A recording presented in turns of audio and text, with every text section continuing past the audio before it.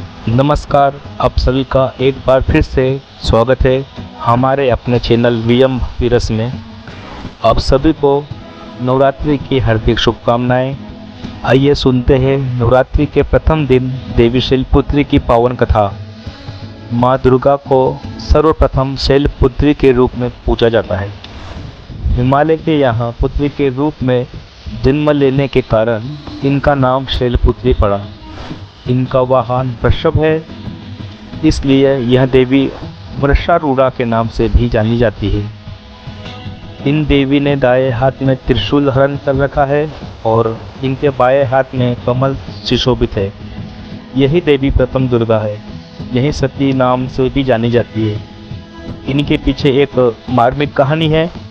एक बार जब दक्ष प्रजापति ने यज्ञ किया तो इसमें सारे देवताओं को इन्होंने आमंत्रित किया, लेकिन भगवान शंकर को उन्होंने नहीं बुलाया।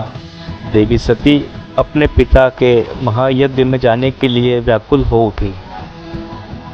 शंकर जी ने कहा कि उन्होंने सारे देवताओं को आमंत्रित किया है, लेकिन हमें नहीं बुलाया, ऐसे में वहाँ जाना उचित नहीं है। लेकिन देवी सती का प्रबल आग्रह देखकर शंकर जी ने उन्हें यज्ञ में जाने की अनुमति दे दी। देवी सती जब अपने पिता के घर पहुंची तो उन्हें उनकी मां ने ही स्नेह दिया। बहनों की बातों से उपहास और व्यंग्य के भाव थे। उनके घर वालों में भगवान शंकर के प्रति तिरस्कार का भाव था और दक्ष प्रजापति जो कि उनके पिता थे, उन्होंने भी भगवान शंकर के लिए अपमानजनक वचन कहे। इससे सती को बहुत दुख हुआ। देवी सती अपने पति भगवान शंकर का अपमान नहीं सह सकी और उन्होंने खुद को यज्ञ की अग्नि में जलाकर भस्म कर दिया। जब ये बात भगवान शंकर को पता चली तो इस दुख से व्यथित होकर भगवान शंकर ने यज्ञ को विध्वंस कर दिया। यही सती अगले जन्म में शैलराज हिमालय की पुत्री के रूप में जन्मी और शैलपुत्री कहलाई। पार्वती और हिमवती भी इन्हीं देवी का नाम है।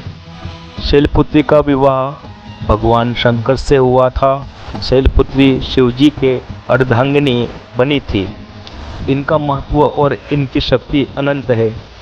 तो ये थी देवी शैलपुत्री की कथा। नवरात्रि के प्रथम दिन माता शैलपुत्री की पूजा करें। लकड़ी की चौकी पर लाल वस्त्र बिछाए और इस पर माता शैलपुत्री की तस्वीर रखें। इसके बाद हाथ में लाल फूल लेकर शैलपुत्री देवी का ध्यान करें और इस मंत्र का जाप करें। ओम ऐं ह्रीं क्लीं चामुंडाय विच्चे। ओम शैलपुत्री देव्यै नमः। और इसी मंत्र को साथ हाथ में लिए गए फूल को माँ की तस्वीर पर ऊपर छोड़ दे। इसके बाद माता को भोग लगाए और उनके मंत्रों का जाप करें। माता के मंत्रों का 108 बार जाप करें। इस प्रकार माँ शैलपुत्री की कृपा आप पर बनी रहेंगी। ये कथा आपको कैसी लगी कमेंट करके ज़रूर बताएं और साथ ही मेरे चैनल वीएम भक्ति रस को सब्सक्राइब करें, लाइक करें और शेयर करें।